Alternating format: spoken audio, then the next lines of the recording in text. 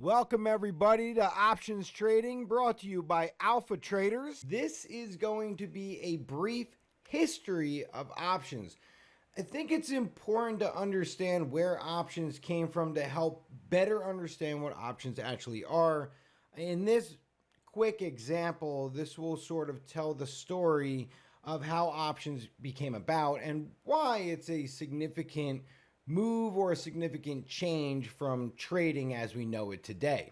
This is, of course, video number 2 of 9 in a What Are Options or Options series that we're watching over at the moment.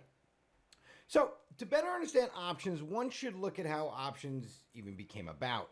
Options are about demand and timing.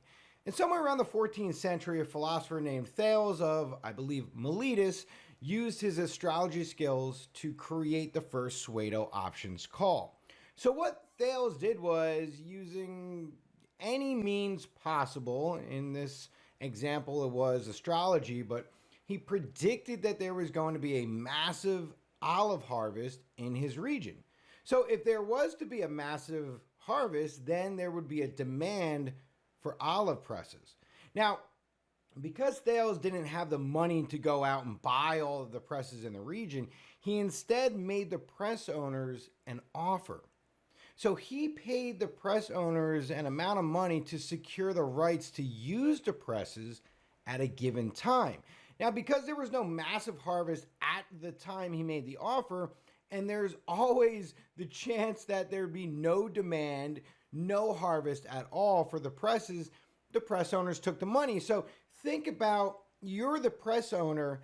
This guy comes up to you and says, hey, I want to be able to use your presses in 3 months. And the press owner is going to say to himself, well, there's a chance that we don't get any harvest at all, and then I make no money. So what I can do is I could take this guy's money for now. I could lock in a price and say, this is the price we negotiated at. And if there's no demand at all, I still get paid. If there is a demand, I took X amount of money right now for that price, right? So he decides on the price and he says, okay, I'm going to take that risk. I'm going to take that chance, and at least I get paid no matter what. So it turns out that there was a massive harvest, and there was indeed a demand for all of the olive presses.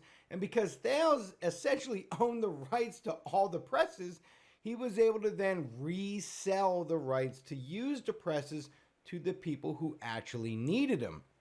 So what Thales did was, Thales had no business using the presses at all. He didn't have any olives to harvest. That wasn't his game. His game was to be the middleman to say, I'm going to secure all the presses because I know everyone's going to need them. Then I can resell those rights to use the presses to the people that do need them. And because of that, I know that there's a demand for the presses. I'm the only one who owns all the presses or the rights to use the presses, and therefore I could set my own price at the time based off of the demand. So of course the sale not only covered the original money that he spent, but then a premium on top of that. So in a nutshell, Thales essentially created the first options call. This is how we want to wrap your mind around what options actually are, why an expiration date is important, why a strike rate is important, and why demand for the actual options or the underlying asset is very important. Now, traditional options as we know it today, they didn't come about to the CBOE, which is Chicago Board of Options, was formed in 1973. So obviously there's a monster gap of a couple thousand years between Thales and where we are today. However, that is a brief history of options. Hopefully you can take out of that the concept of what options are, what options calls are, and why it's relevant to understand that analogy or that part of history moving forward. So we'll be back in the next video. We'll see you then.